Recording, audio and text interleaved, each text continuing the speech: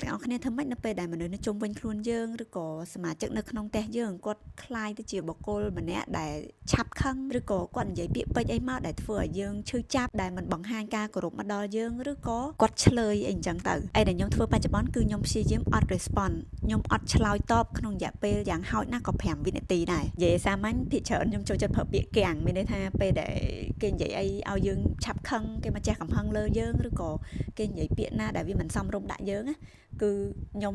go on silence mode ហ្មងហើយសួរថាម៉េចបានចាំបាច់ go on silence mode ពេលដែលគេនិយាយអីមកប៉ះពាល់យើងហេតុអីក៏មិនឆ្លើយតបទៅវិញភ្លាមទៅពួកឯងនៅពេលដែលយើងស្ងាត់ស្ងៀមក្នុងរយៈពេលតែប្រហែលវិនាទីហ្នឹងណាខួរក្បាលរបស់យើងនឹងឈប់ respond emotionally មានន័យថាយើងនឹងឈប់ឆ្លើយតបដោយសារតែអារម្មណ៍របស់យើងពេលដែលយើងឆ្លើយតបទៅគាត់វិញគឺយើងនឹងឆ្លើយតបតាមរយៈការគិតរបស់យើងជាជាងឆ្លើយតបដោយ being emotional មានន័យថាស្ដាប់ហើយគ្រាន់តែឮហើយឆ្លើយទៅភ្លាមឆេវទៅភ្លាមខឹងទៅភ្លាមហើយការដែលយើងឆ្លើយតបដោយប្រើប្រាស់អារម្មណ៍របស់យើងច្រើននឹងហើយវានឹងធ្វើឲ្យប៉ះពាល់ទៅដល់ទំនាក់ទំនងរបស់យើងជាមួយនឹងពួកគាត់មិនថាជាទំនាក់ទំនងនៅកន្លែងការងារឬក៏ជាទំនាក់ទំនងរវាងប្តីប្រពន្ធទេអញ្ចឹងព្យាយាមស្ងប់ស្ងាត់ក្នុងរយៈពេលប្រហែលវិនាទីហ្នឹងសិនទៅនៅពេលដែលយើងខឹងនរណាម្នាក់ដែលគេនិយាយដាក់យើងមកវាអត់សមហេតុផលឬក៏គេឆ្លើយដាក់យើងអីអញ្ចឹងព្រោះភាពស្ងៀមស្ងាត់ហ្នឹងហើយដែលធ្វើឲ្យយើងមានចិត្តស្ងប់ហើយយើងអាចគ្រប់គ្រងខ្លួនឯងបានមុនពេលដែលយើងឆ្លើយតបទៅកាន់បុគ្គលម្នាក់ហ្នឹង